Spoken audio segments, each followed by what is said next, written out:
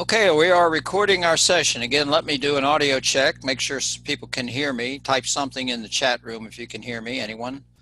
I want to make sure the audio is nice and clear before we get too far in. So I'll keep talking and hopefully you can hear me. Good, thank you.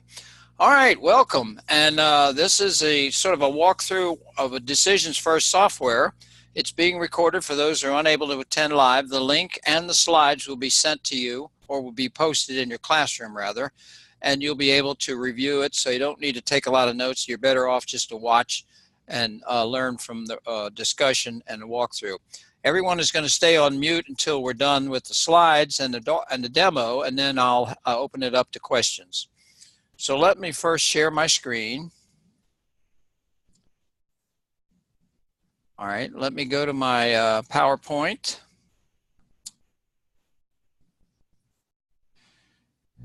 Now, I know you're more interested in the walkthrough, but it's very important, I feel, to set the context for what we're doing. Remember, this first class is an introduction into the world of analytics, and one of the things we want to do early on is to sort of make a strong case why decision making, as it's done now by many organizations using hunch, intuition, experience, and just procedures they've been using for years, is being overcome by what we call an evidence-based decision approach.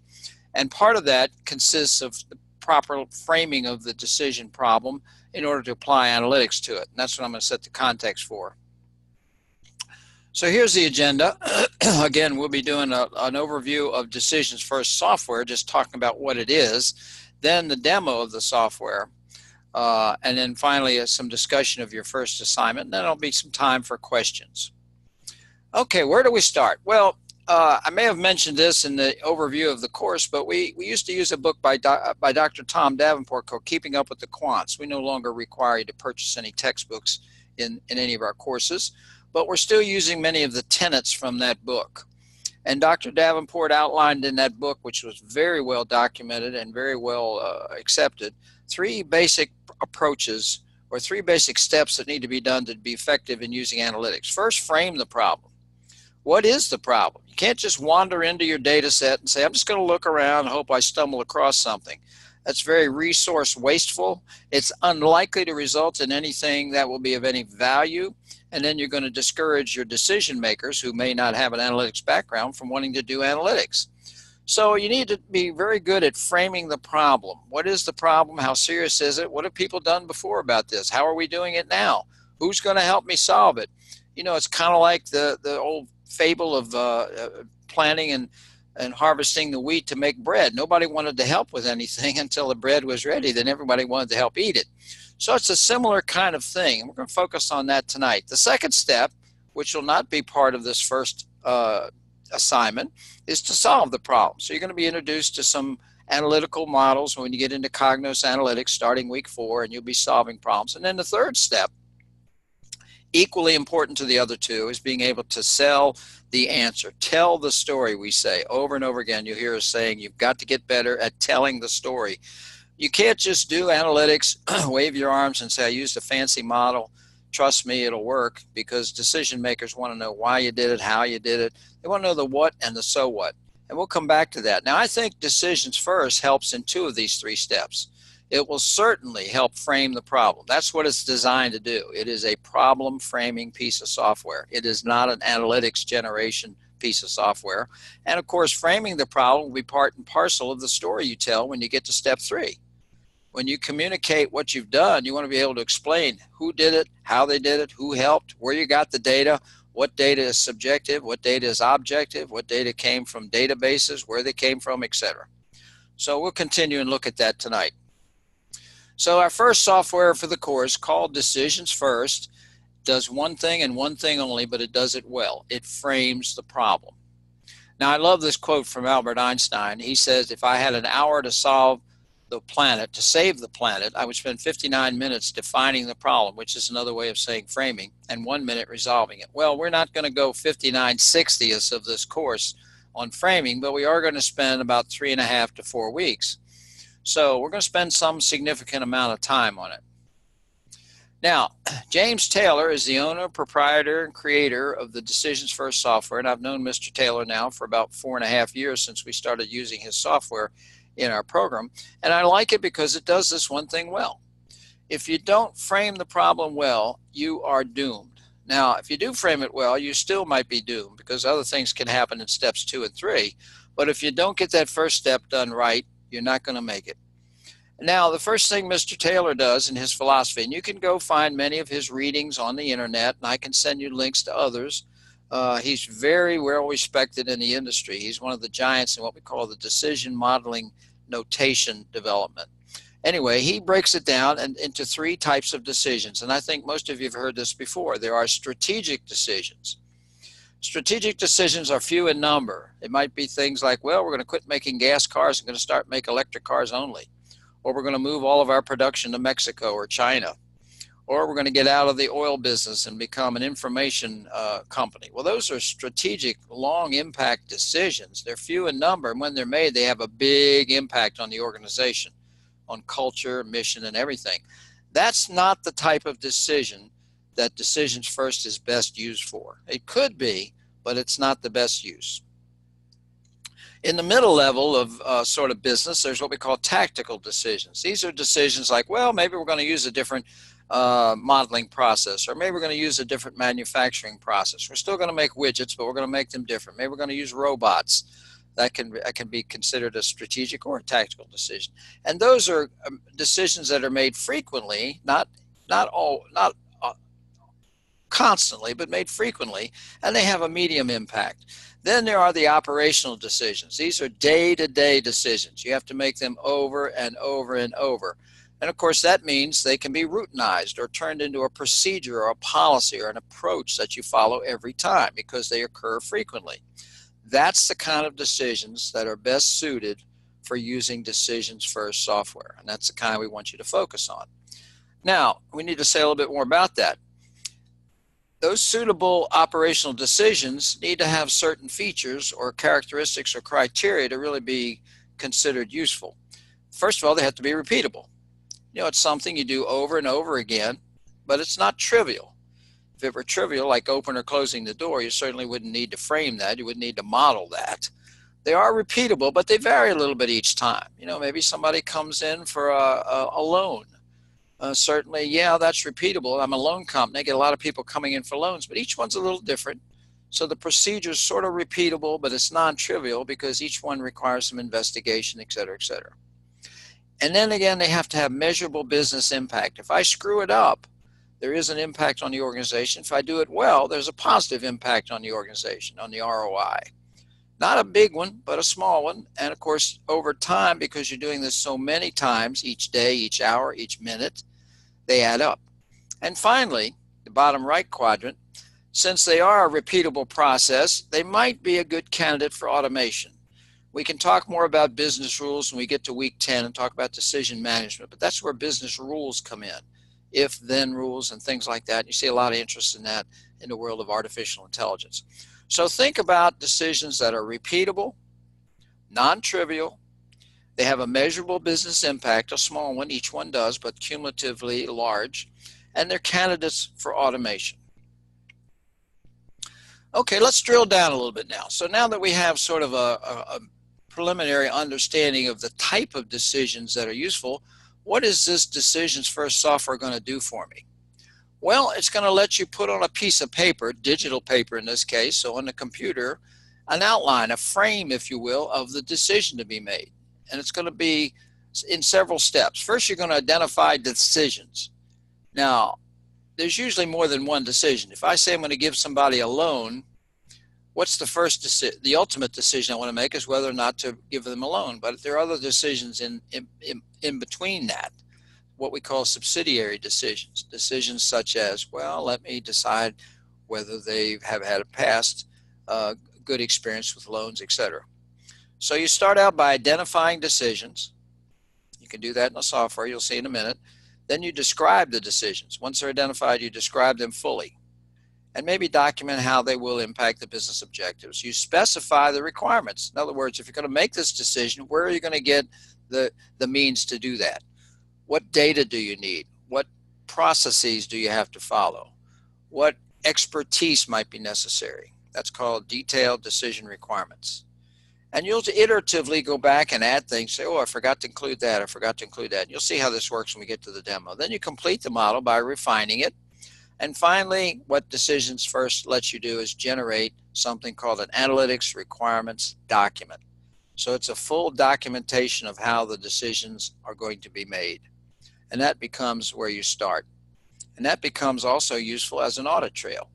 You know, one of the things about making decisions is you can get lucky and have a bad process and a good outcome, and you can get unlucky and have a good process and have a bad outcome.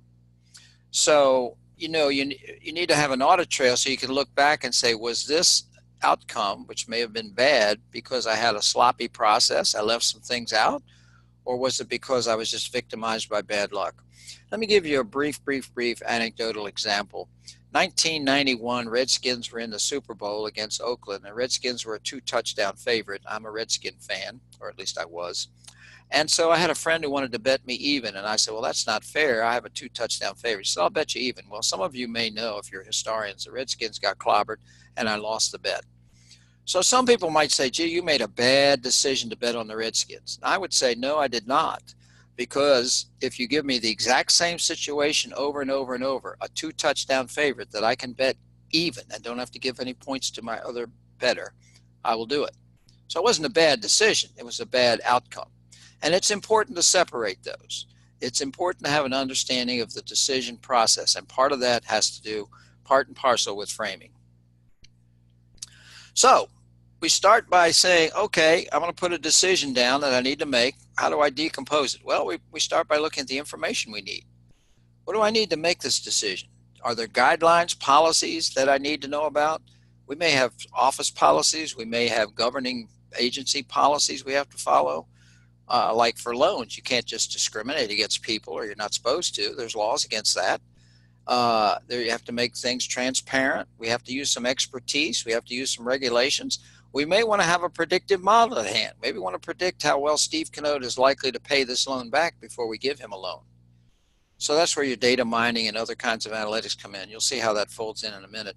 And then, of course, there may be subsidiary decisions that feed into the mega decision as to whether I get the loan. That's just one example, and you'll see many examples in just a second.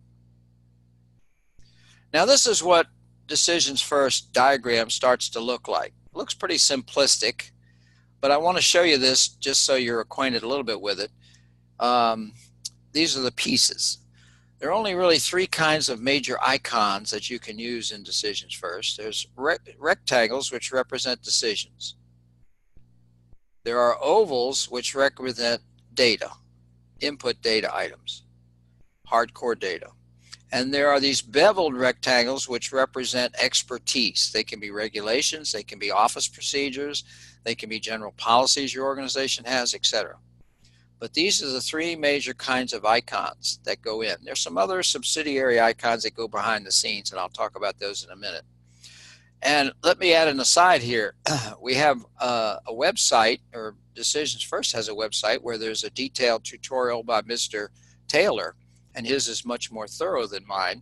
Mine will certainly get you started. And I notice for the last few days that website has been down, and I emailed Mr. Taylor today and said, hey, got to get that fixed, and he's working on it. It's a server issue, so that website should be up. It's in the slides. You'll see it in a minute, the link.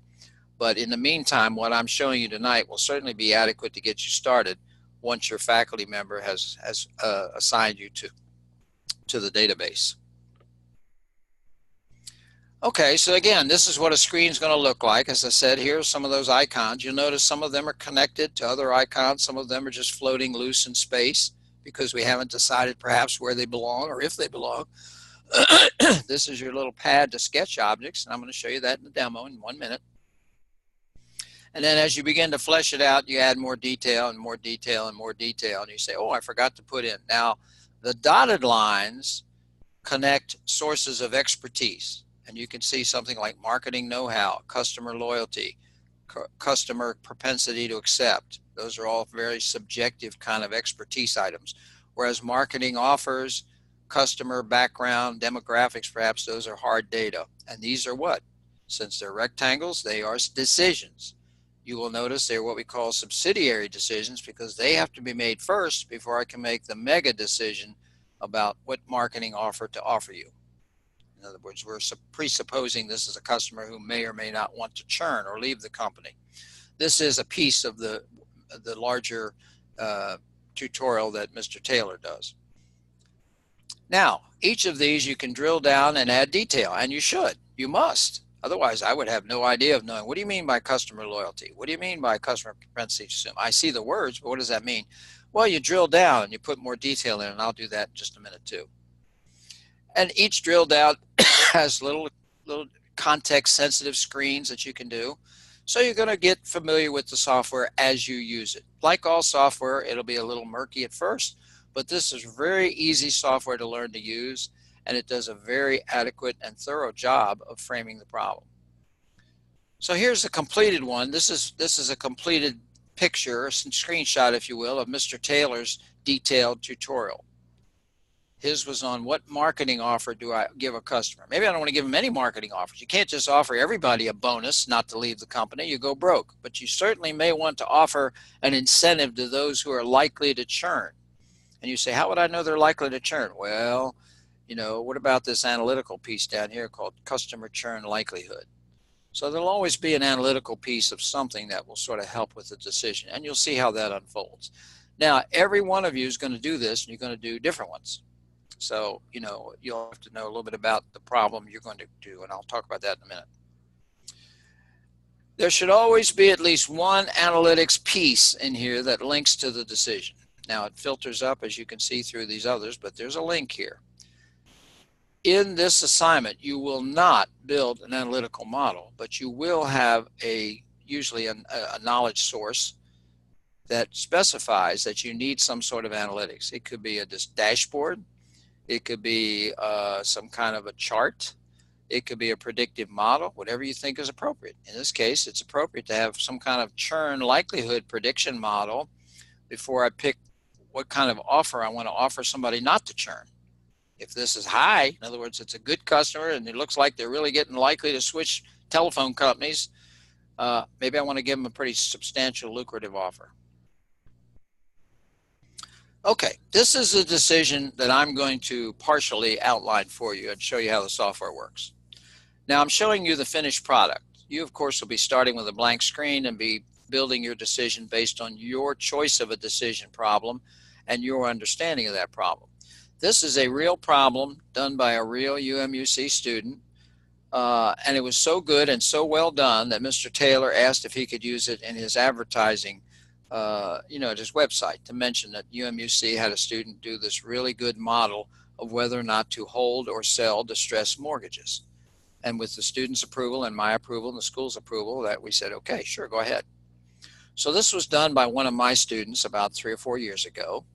He was a person who worked at a bank and knew a lot about distressed mortgages. And he said, I have the ideal situation for this assignment.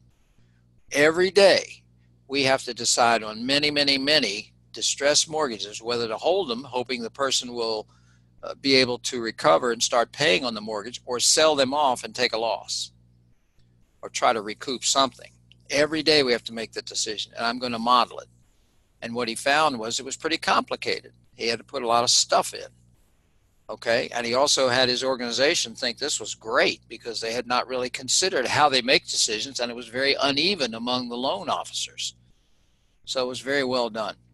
So as you can see, it's got a lot of pieces. I'm going to come back to the slide because I'm going to rebuild this pretending that I am that student thinking through the problem. Of course, I'm not, because I'm not a banker, but just keep this slide in mind. I'll come back to it periodically.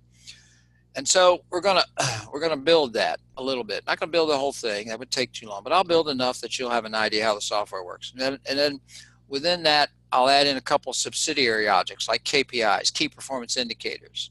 I want to remind you there should be some sort of analytic required. Notice here it is. It's called performing loan models. That's very vague, but it does indicate that, we have to have some way of determining the likelihood of this loan recovering. So performing loan models. He didn't build that analytic. He just put it in and said that's a placeholder, but I would use that if we were doing this in the real world, but that's a placeholder. Somebody would build that. Okay, and then these are some of the other things to consider when you're writing up your project. We'll come back to that too. So now I'm ready for the demo. Okay, so I'm going to keep this slide on the screen. I'm going to go to my demo. So I've logged in. You'll have a similar screen. It'll look just like this once you've logged into Decisions First, and maybe some of you have already done that.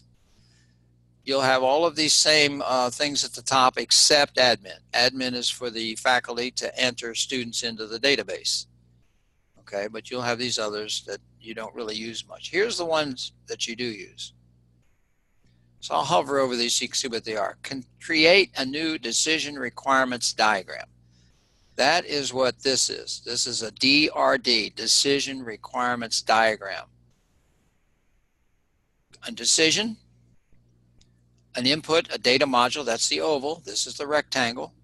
And this, of course, is the beveled rectangle. Those are the ones you're going to use mostly. And then there's some subsidiary ones. I'll come back to these. Subsidiary ones are objectives. I would think KPIs would be appropriate for every decision, key performance indicators, so you know whether the decision worked or not. This is one for process. If you have to define a new process, like we're going to have to outsource this to somebody. This is one to define a new event. I've never used that one. I'm not sure what that is. Mr. Taylor has a little tutorial at his website once it comes back up to explain that one. And this one is called new system, and this one is called new organization. You may want to reorganize to do this whole decision. So these are used modestly. I would think you'd want to use the KPI one fairly heavily, but the other ones you're going to use them. So what are we going to do? We're going to create a new diagram, aren't we? So I'll click on that icon. Here we are. We went to a new screen. We are building a new decision requirements diagram. Remember, we're looking at this one, so I'll call it hold or sell distressed mortgages. Oops, if I get my fingers on the right keys.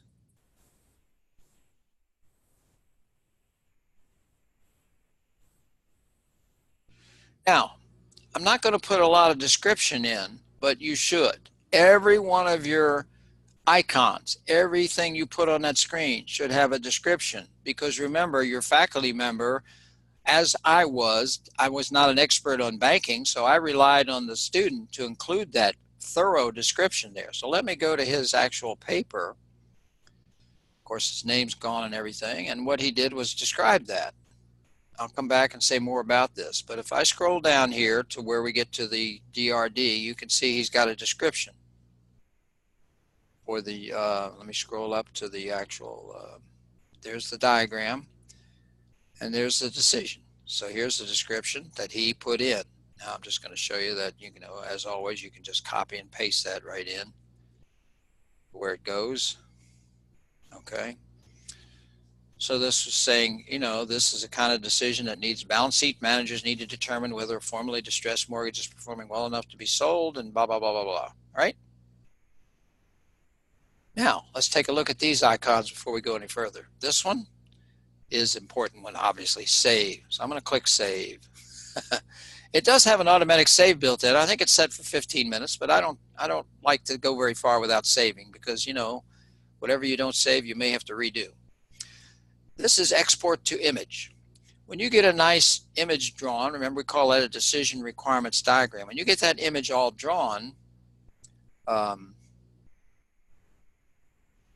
you may want to export that or copy and put it in your paper. For example, going back to his paper, he put it in the paper. Well, he put it in the appendix, of course. That's part of the process, but he also put it in the paper when he was discussing what he was doing.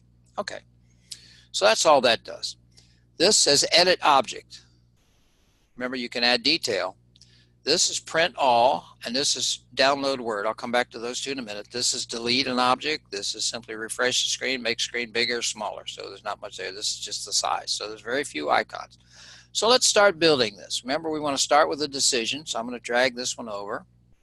Let's go back to our model. Hold or sell distressed mortgage. So it starts out with a generic name called decision. I'm going to put in the real name of it. Hold or sell.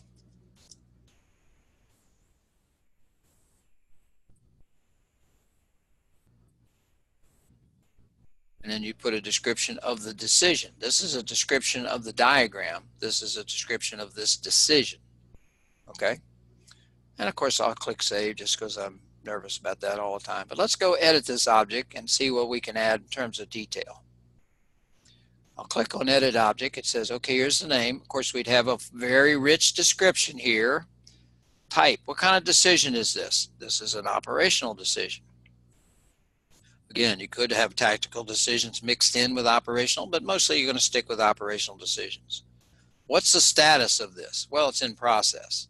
When you get all done with it, you could say completed. Now your organization could take a look and say, oh, yeah, that makes sense. Or if it's implemented and actually being used in the organization, you could say implemented. But I'm saying process, of course.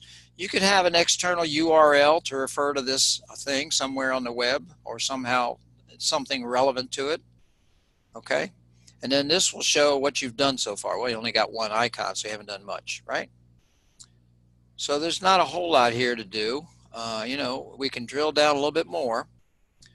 Primary diagram, I shouldn't have titled the diagram exactly the same as this decision, but I did. Okay, every decision should have a question to be answered. And the question here might be something like, should we hold or sell this distressed mortgage? Remember, we're looking at many of these mortgages during the day, and we're going to do this whole process for each one. Okay, so there should always be a question that accompanies every decision. Now, what do you want the answers to be? Yes and no? Well, we are going to hold or sell it, so yes and no wouldn't, yes or no wouldn't make too much sense. Value from an explicit list. Let's use that one. I'll say sell. I'll say another answer might be hold. And, oh, you know, there might be something where we say hold, but review again next month or next week or tomorrow or something. You know, you can have as many as you want. So I'm going to say there's three possible answers here. You could also get it from an external list. You could get a number. Suppose this was something like how much money does the person make? What is their salary? You might want to have a list here that you could choose from. Text, date, time, other, and so forth. Supporting information. Mary is the expert on this final process. Be sure she agrees with the procedure. Something, you know, whatever supporting information is. Now, I think the characteristics are rather important.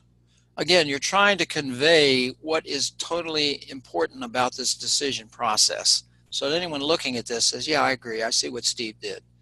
So you set these. Now, they're somewhat subjective, obviously. Volume is how often does it occur? Well, this thing occurs a lot, so I'm going to move that over to high. How complex is it? Well, you know, medium. Every time we look at a distressed mortgage, we have to look at a lot of variables. We have to consider a lot of things. We have to consider our quota and how well we're doing and so forth and so on. So it's medium complexity. How much does it vary? Well, it seems to vary quite a bit from one to another. How repeatable is it? Medium. Can we measure it? Oh, yeah. We can measure whether we made any money every time we decide to sell or keep the mortgage. Either it goes broke on us or we sell it and make some money.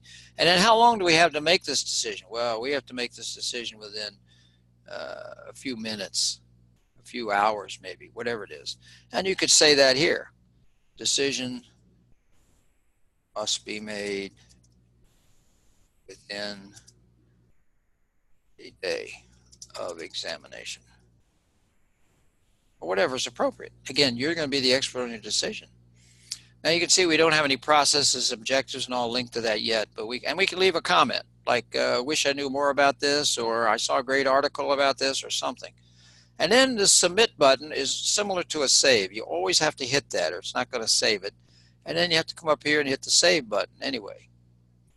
So you can see now we've got a couple of things open. We've got Steve Canode open, my profile. I don't need that anymore.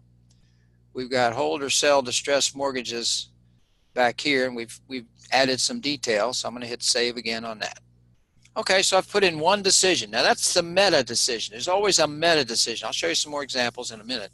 There's always a meta decision. But what other decisions do I have to make before I can make this one? Well, let's go back to our diagram. According to the expert, and of course you would be the expert for your problem, you have to evaluate the profitability of selling the mortgage. You have to identify the distressed mortgage. First of all, before you can decide to hold or sell, you have to identify you have one. You have to predict the performance, and that's where that that's where that analytic came in, right?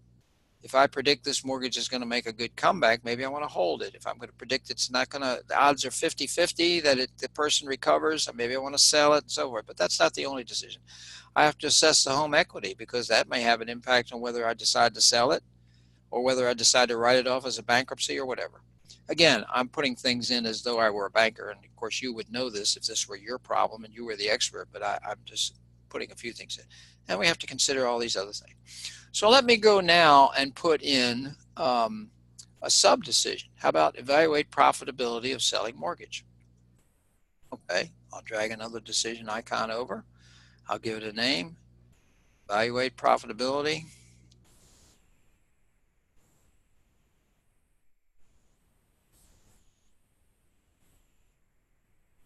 Selling mortgage, and again, a complete description. I know that sounds like I'm getting beaten on that heavy, but I want you to.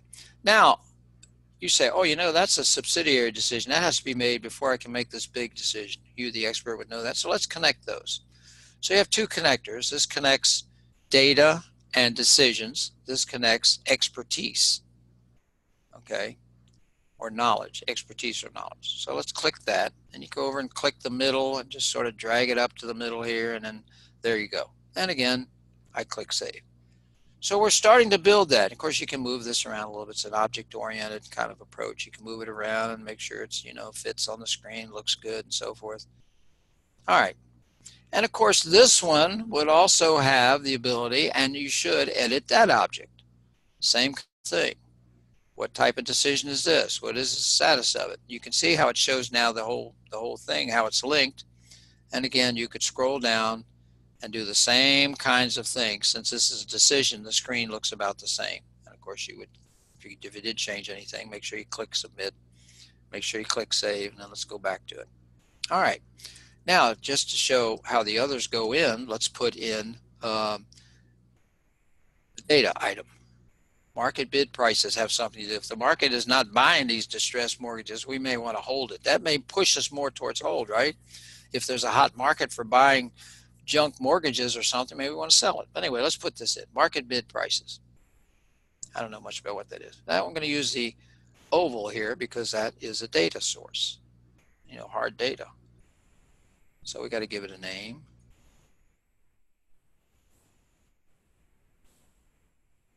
Again, a full description. And of course, if we were the expert, we would know how this links. The market bid prices influence the evaluate profitability.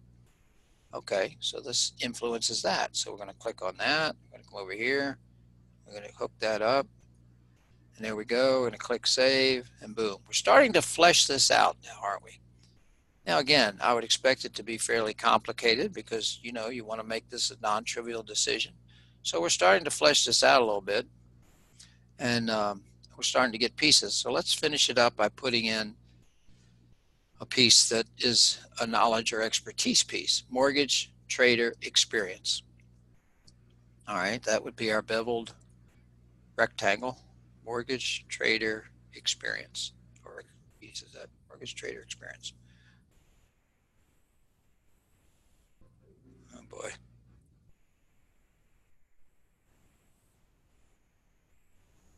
Okay, again, full description, blah, blah, blah. And we know how this hooks up. Now, this is interesting because this is an expertise item. It gets a dotted connection because that way when you look at the diagram, you see right away the soft pieces, the subjective pieces. This experience, you may have some people in the organization who are really, really experienced in this and you want to get their inputs included as part of the decision process. But you also notice another thing here. This can be connected to two decisions. It helps with the overall decision. It also influences the profitability. So we can connect it to a couple of places. Back to my diagram.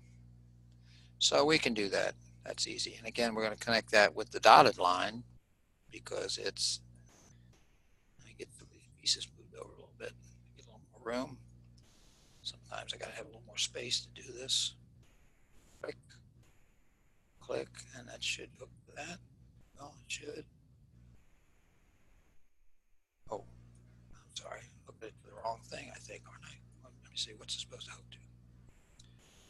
Evaluate profitability. Oh yeah, I was trying to cook it to the market bid prices. And it also goes to the meta decision.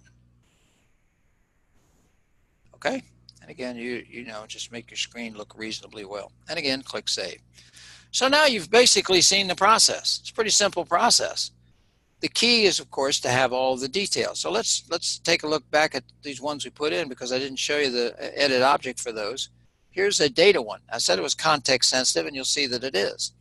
Market bid prices is a data item, so the screen's a little different. It says, where are you getting this data? Is it internal? Is it external? Is it pooled?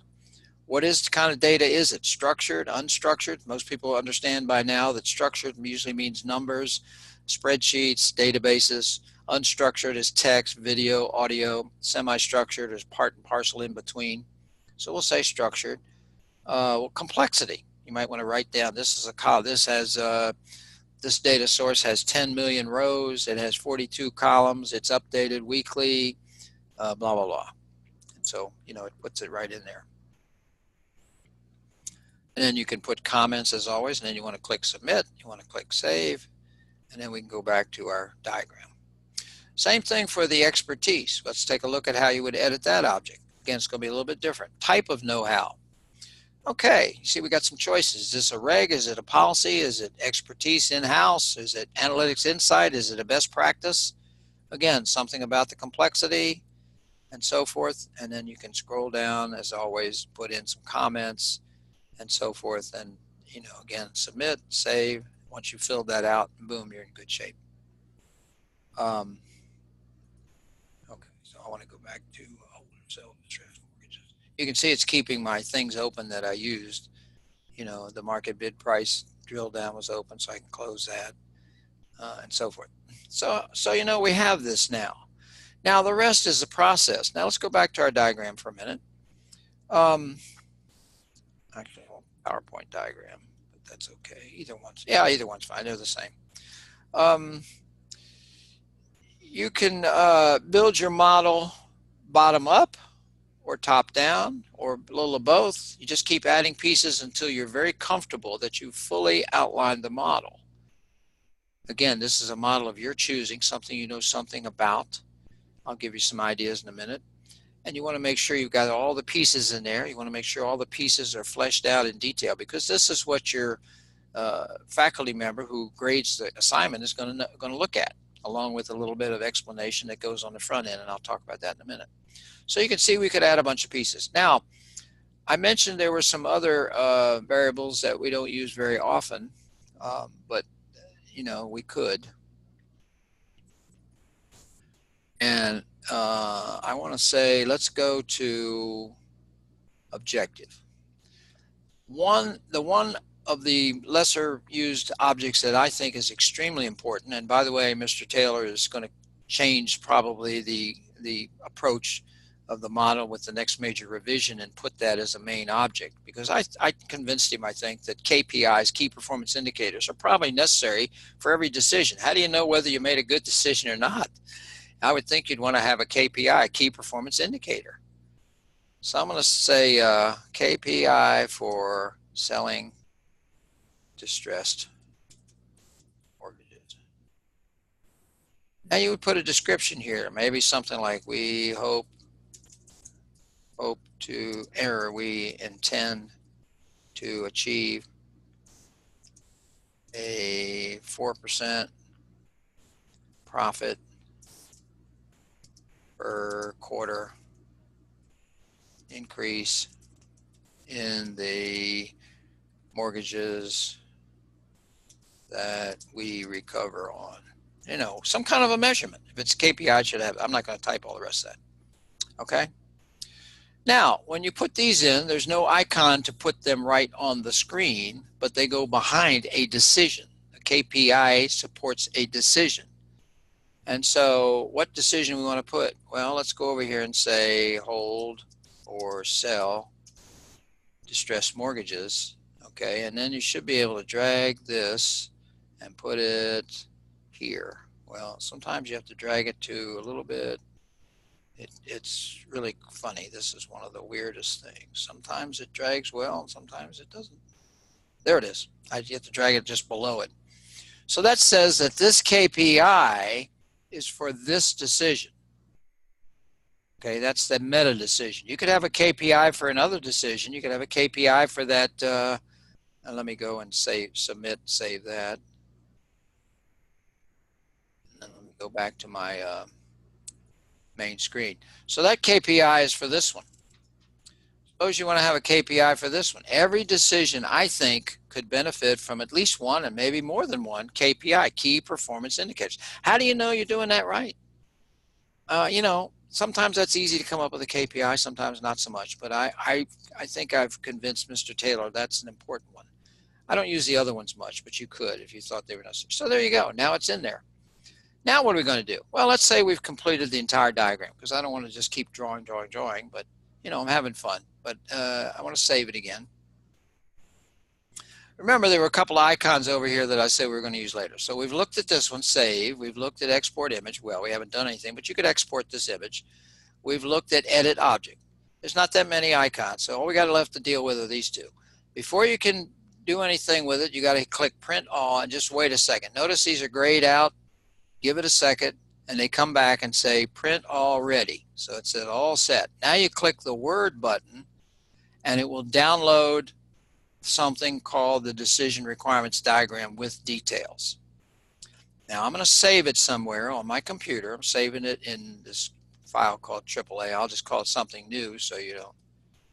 Demo summer 19. Okay, and I'll hit enter. Now you may have noticed when I was saving it that it said, oh, I'm going to save it as an XML file. And sometimes people go, oh my God, I don't know what that is. Well, there it is right there. And it is an XML document. XML stands for Extensible Markup Language. It has nothing to do with this course. I'm not even sure why it does that. And that's another suggestion I've made to Mr. Taylor. Can't we save it as a doc file? The good news is if you double click it, it will open up in Word. Okay, XML files will open up in Word.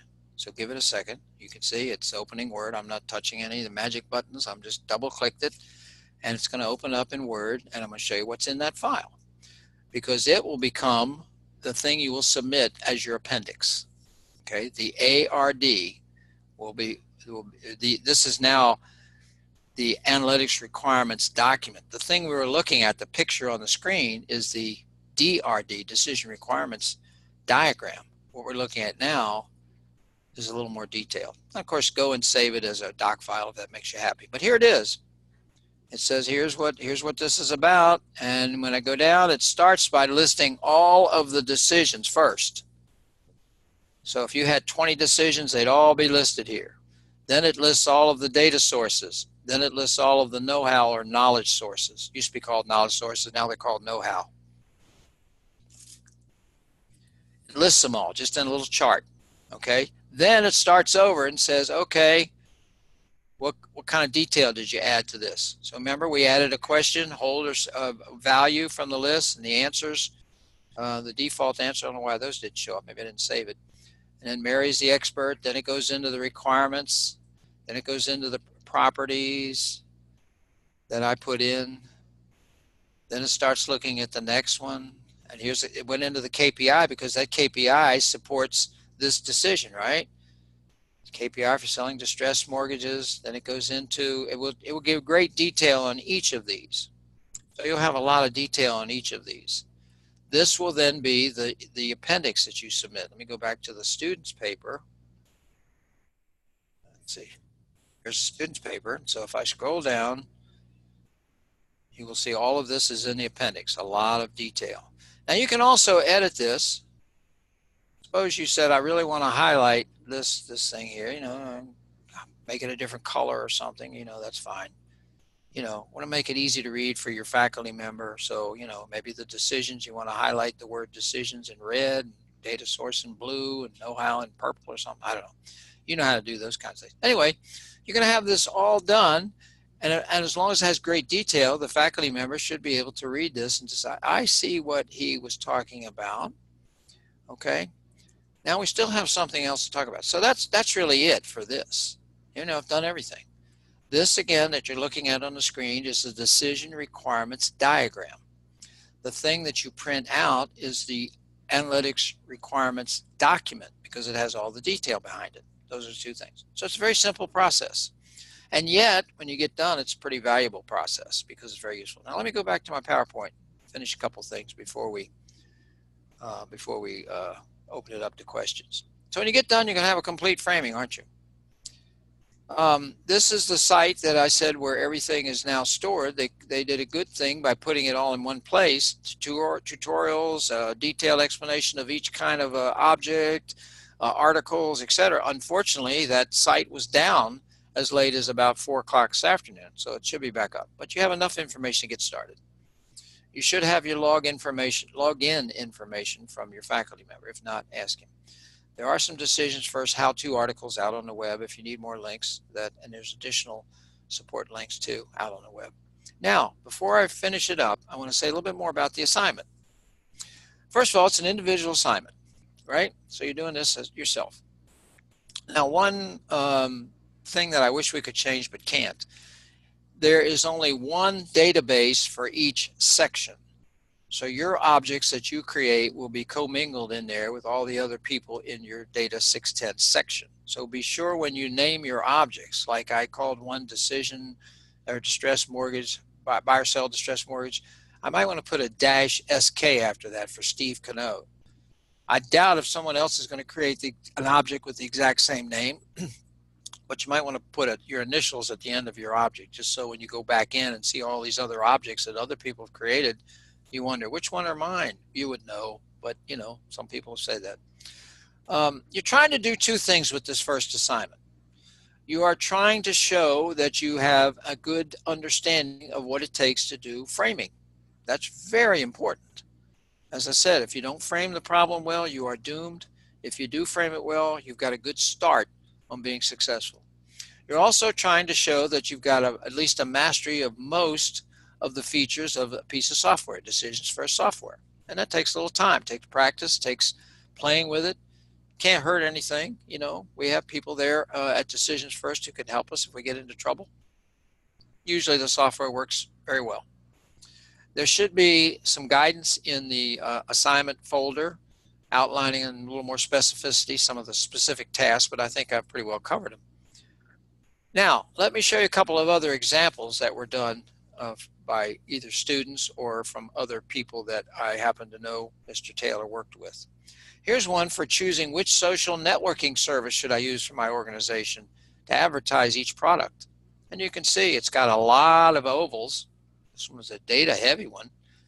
It's got a lot of subsidiary decisions. It's got a lot of reasonable number of bevels, you know, the knowledge sources. Okay. And I guess if you had to say where's the analytics piece, it would be either return on investment or metrics, brand metrics. So again, one interesting, you'll have these slides. So these are just some examples. There are many others out there, I'm sure. Here's another good one. This is for an insurance company. Should I accept or reject an insurance claim? That's a decision that's made frequently by insurance companies, I'm sure hourly, momentarily, day in and day out.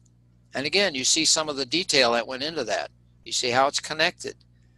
These are real companies using this software. One of the main clients of Mr. Taylor is Cisco. I'm sure everyone here has heard of Cisco. It's a big company making a lot of different kinds of computer networking pieces mostly. They use this for almost every decision they make at the operational level.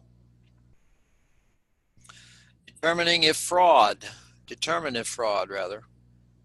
validate membership, member database, provider, fraudulent providers and members likelihood. So there's your analytics piece.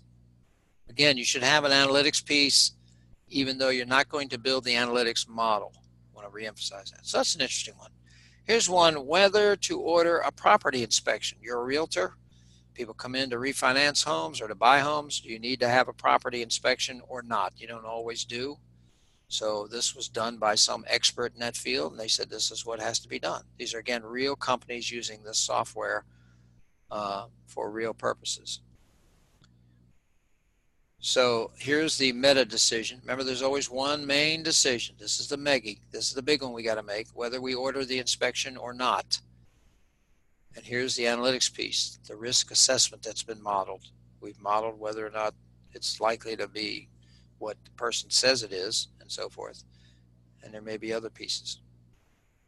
Here's one: whether to approve a DoD, Department of Defense, business investment. So this is someone in the government who used it. Again, you could ask Mr. Taylor about these for more detail, but there's many out there. He's used it for several years and had very good success. A lot of companies use this. And again, you'll have this to use throughout your enrollment in the MSDA program. But of course, you can purchase the software. It's not overly expensive. I can't remember how much, but you can purchase the software and use it for your organization if you'd like, once you're done using it for the course. But we thought, so you can see there's a lot of little pieces here, a lot of things that have to do with government. You can also see JG next to these.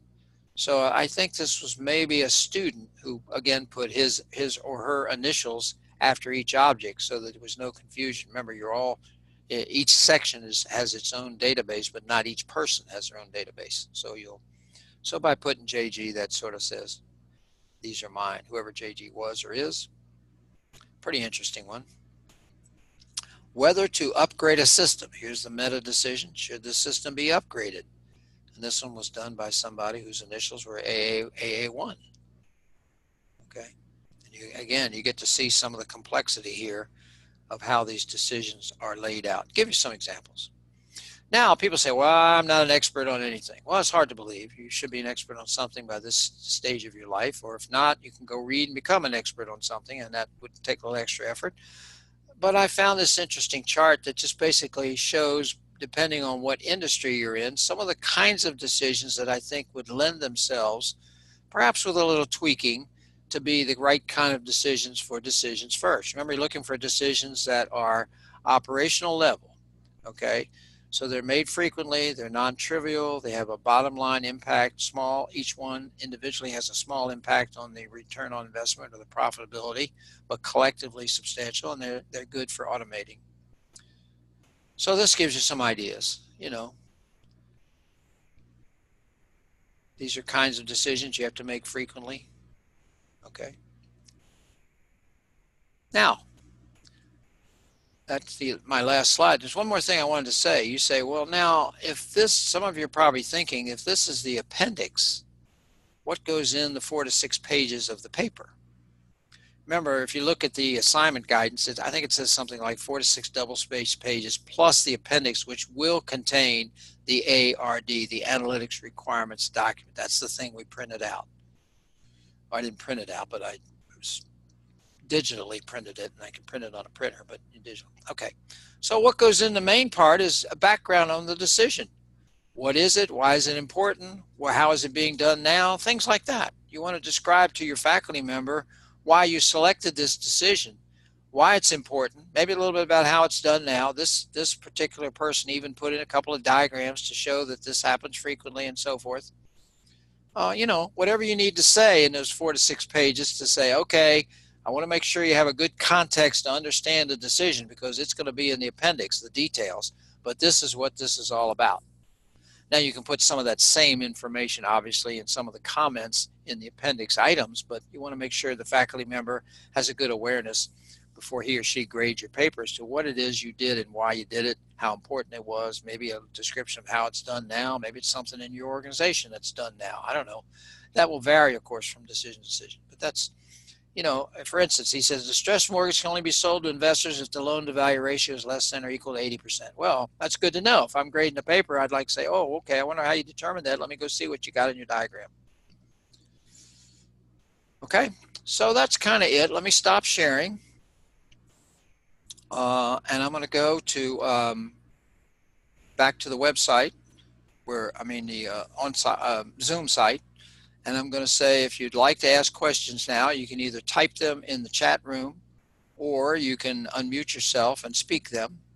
Again, the session's being recorded, so we're going to have all this information available to you whenever you want to, if you want to review it, or for those who aren't here now. So let me stop and just wait for a second. I try to be as clear as I can, and especially clear this time, because until Mr. Taylor's main site comes back up that I talked about, this is what you've got to go on. But this is certainly enough to get you started, I hope. Most people find this useful.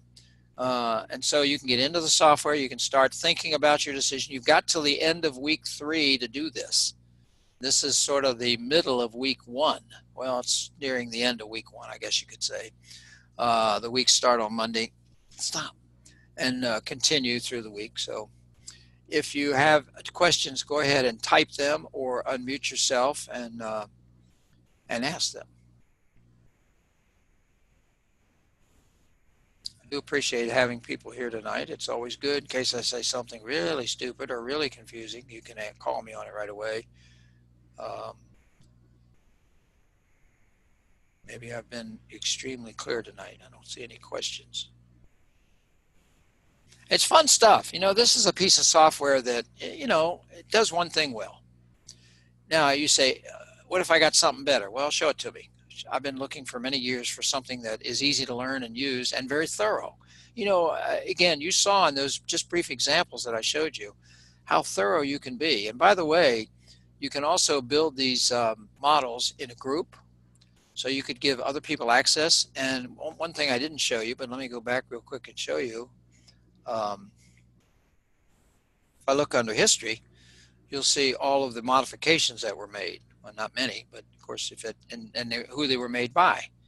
So if I had collaborators, and you can set up collaborators in this, but you're not doing that for your assignment. You're doing individual assignment, but you can have collaborators, and you can go and put in, and you would be able to see who had altered the model, okay, and what they had added. Hopefully they've been very thorough about it. So, you know, it's pretty nice about that. And then you can have a link to an online viewing of the model. There is a model viewer that's free that you can go and view the model. You can't edit the model, but you can view the model. Okay, I see a couple of questions. The decisions have to be made immediately, nothing long-term for our assignment like plan for a nonprofit. That's a good question, and I want to be clear then. Again, it's suppose you said, can I use this for deciding whether to buy a house? The answer is probably not, because do you do that frequently? No. You do that maybe once or twice or maybe half a dozen times in your lifetime, unless you're in the house flipping business, in which case you do it frequently. So if you're in the house flipping business, it'd be good because we want to have repeatable decisions that we repeat.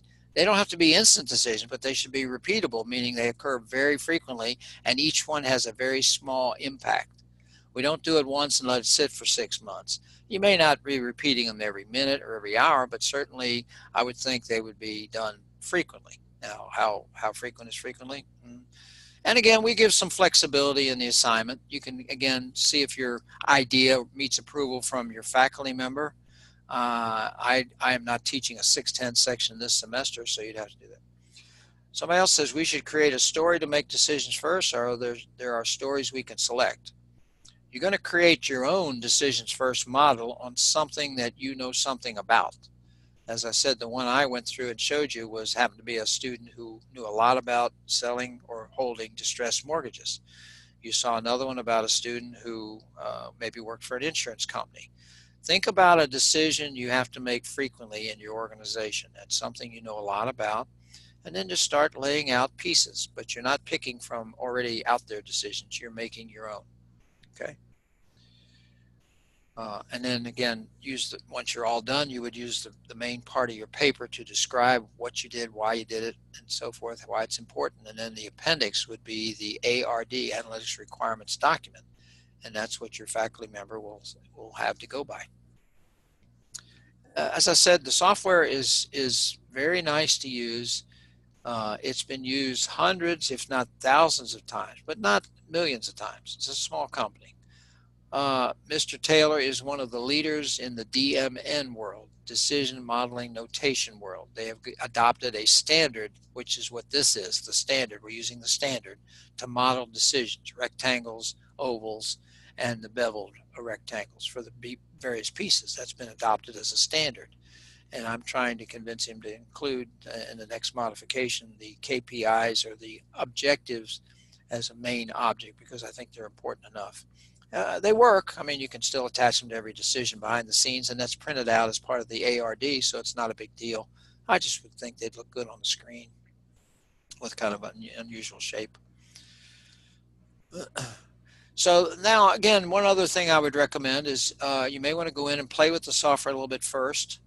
You can always create objects and delete objects and have fun with it. And then once you say, I'm very comfortable with the software, which shouldn't take too long. Again, if you're putting in your 15 to 20 hours per week that we said it takes to be successful in the program, you're going to have plenty of play time. And that's why we give you 3 weeks. Then you want to give some serious thought to a decision. You may want to outline that on a piece of paper or in your head, but you can just as easily do it on the digital screen. Put an object in and say, now how does that impact things? Where does that connect to? And you connect it. And you say, nah, that's not right. You delete it, put another one in. By the way, you saw something called sketch objects. Those are just a way of building objects. If you go to the sketch objects, they're the same objects. And you can just put those in if you're not sure you want to use them. But I don't see any use in that. Oh, and one object I didn't show you is a comment object. You want to stick one on there? You can drag a comment object over here and say, this is the analytics piece or something like that. I don't know. May or may not be useful. It may clutter up your diagram too much, but you know, I wish it had slightly different, it has a little slightly different fill color, but that's not much. And you can search for objects if you get too many and can't find them, you can search for them. So it's very easy software to get used to, because now, of course, there's a deeper level of nuance that the experts would want to get to, because you'd want to put down name, rank, and serial number. As you saw when I drilled down on those objects, there's plenty of room there to put in a lot of detail. And I'm telling you, putting in a lot of detail is important. When somebody agrees, suppose you're in a group building this for your organization for a particular decision, like holding or selling distressed mortgages, everyone agrees, yep, that's what we got to do. Every time a distressed mortgage shows up, and they show up every day, you want to make sure you know exactly where that information is coming from, who's providing it, who's responsible for keeping it updated. And you can put all that in the comments and say, Mary takes charge of this, Tom knows all about this, here's his phone number, et cetera, et cetera, et cetera. So be expansive as you can within the time limit you have and with your understanding of the problem. So work at this a little bit, have fun with it, and you'll be using this for the first till the end of week 3. When we start week 4, we'll be starting with Cognos Analytics. But remember, this software could be used. I have several students using it in Data 670, because we start by framing a meta decision. And I want to know what's the decision you're going to make and where you're going to get all the information. Where you're going to get your data sets, where you're going to get your knowledge, who knows how to make this decision, what subsidiary decisions have to be made, what kind of predictive model you're going to build. So they do fill it in quite flesh, the ones who use it. It's optional. They don't have to use it, but it's something that some of them find value in. Okay, well, I've used up a little bit more than my hour. I appreciate everybody being here. I'm going to go ahead and stop the recording. And again, I will send the link to this recording